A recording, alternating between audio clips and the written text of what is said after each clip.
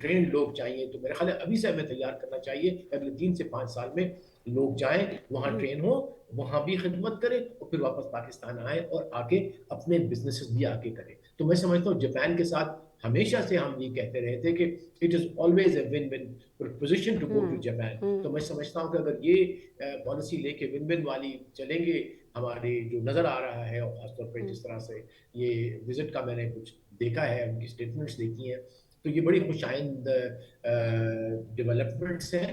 اور مجھے بہت امید ہے کہ انشاءاللہ آنے والے وقتوں میں جاپان اور پاکستان کی انگیجمنٹ اور بھی کلوز ہو, اور اچھا, اور ہمارا بلوچ صاحب یہ فائدہ کتنا خوش آئند ہے زیادہ. کہ جب ہمارے وزیر خارجہ وہاں تشریف لے گئے ہیں تو ہمارا آلریڈی جو IMF کے ساتھ معاملات تھے وہ طے پا گئے ہیں. یہ کتنا بہتر رہے گا اس دورے کو اور فائدہ مند بنانے کے لیے پاکستان کی طرف سے؟ یقیناً IMF ایک انٹرنیشنل بینک سے زیادہ انٹرنیشنل ریگولیٹر ہے فائنینشیل سسٹم کا دنیا کا, لہٰذا اس کا یس کہنا symbolically to give $3 billion over 9 months, it's in terms of volume کچھ بھی نہیں ہے, لیکن in terms of certification of your systems, کہ آپ کے ٹیکسیشن سسٹم, آپ کے فائنینشیل سسٹم, آپ کی بینکنگ سسٹم, اس پہ ان کو اعتبار ہے. تو جب وہ سرٹیفائی کر دیتے ہیں تو باقی جو انویسٹرز باہر کے ہوتے ہیں وہ جو ہے وہ آگے بڑھتے ہیں. اور خاص طرح جاپانیز تو اس معاملے میں کوالٹی کنٹرول کے حوالے سے تو ہمیں پتہ ہے کہ ان کا ایک فلسفی ہے پوری ٹوٹل کوالٹی کنٹرول کی, جاپان کی پروڈکٹ سے لے کے ملک کو چلانے کی. تو میں سمجھتا ہوں یہ بہت پازیٹیو جو ہے وہ میسج ہے. اور اس میں میں کہتا چلوں کہ میرا خیال ہے IMF کے ساتھ بھی اور جتنی بھی اکنامک ڈپلومیسی ہمارے فارن منسٹر صاحب نے کی ہے, بلال بھٹو صاحب نے, I must appreciate کہ یہی چیز ہے, یہی کچھ ہے جو ہمیں کرنا ہے, کہ سیاست کے علاوہ ہم نے اکنامک ڈپلومیسی کے اوپر زور دینا ہے, چونکہ اگلے آنے والے ہمارے لیے اکنامک چیلنجز ہیں. اگر ان کو ہم عبور کر گئے تو انشاءاللہ پولیٹیکل مسائل کو بہتری. ٹھیک ہے, لیکن بلوچ صاحب ایک اور سوال جو بہت زیادہ پوچھا جاتا ہے, کیا جاتا ہے جب پاکستان اپنی خارجہ پالیسی کے حوالے سے بات کرتا ہے, وہ ہے ہمارے جو پڑوسی ملک ہیں بھارت, اس کے ساتھ تعلقات کو لے کر. جب بھی ہم بزنس کی بات کرتے ہیں, جب بھی ہماری معیشت کی بات کرتے ہیں, ہماری خارجہ پالیسی کی بات کرتے ہیں, دیگر ممالک سے تعلقات کی بات کرتے ہیں, تو ایک چیز ذہن میں فوراً سے آتی ہے کہ کیا کبھی بھارت سے ہمارے تعلقات صحیح ہو پائیں گے, کیونکہ مسئلہ کشمیر پر جو کچھ اس نے کیا اور جس طرح سے اس کی خصوصی حیثیت کو ختم کیا, اور پھر جو حالات وہاں پر ہیں, اس کے بعد لگتا ہے ایسا ہے کہ بھارت کبھی کسی کی بات سننا نہیں چاہتا ہے, نہ اقوام متحدہ کی, نہ اقوام عالم کی, اور نہ ہی چائنا جیسے ممالک کی, جس نے کہا ہے کہ مسئلہ کشمیر کا واحد حل یہی ہے کہ آپ وہاں کے لوگوں کو حق خود ارادیت دے دیجئے, ان کو آزادی دیجئے اپنا فیصلہ کرنے کی. لیکن اس کے باوجود ہم نے دیکھا کہ کچھ ہوا نہیں ہے. تو جب ہم اتنے سارے ممالک کی بات کر رہے ہوتے ہیں بلوچ صاحب, آپ کو جب بھی ہم زحمت دیتے ہیں, چائنا ہے, جاپان ہے, امریکہ سے تعلقات ہیں, کینیڈا, دیگر ممالک, وہیں میں چاہوں گی کہ آج کچھ ہم بھارت سے بھی ہمارے جو اختلافات ہیں ان کی بات کر لیں. کیا ہماری آئندہ آنے والی نسلیں بھی یہی چیزیں ڈسکس کر رہی ہوں گی, یہی چیزیں سن رہی ہوں گی, آج بھارت کی طرف سے یہ ہو گیا, آج یہ ہو گیا, آج دہشت گردی کے فلاں واقعے میں پھنسانے کی کوشش کی گئی پاکستان کو, آج یہ ڈس انفو لیب جو ہے وہ پکڑی گئی, یا بہتر ہوں گے حالات کبھی؟ پاکستان انڈیا کے تعلقات اتنے کمپلیکس ہیں کہ اس کا احاطہ کرنا ایک سوال میں بڑا مشکل ہے, لیکن چند پوائنٹس میں بتاؤں گا. پہلی بات تو یہ ہے کہ اس وقت ایک ایسی حکومت وہاں پہ پاور میں ہے انڈیا میں, جن کی فلسفی ہی ڈسکریمنیشن کے اوپر ہے, اینٹی مسلمان کے اوپر ہے, کمیونزم کے اوپر ہے, اور خاص طور پر اینٹی پاکستان میں ہے. بیکاز واٹ از ہیپنڈ کہ انہوں نے ایک ایسا ڈرم اپ کیا ہے پبلک اوپینین کہ اینٹی پاکستان ہونا helps them win votes. تو میں نہیں سمجھتا کہ 2024 کی الیکشن وہ ہارنا چاہیں گے.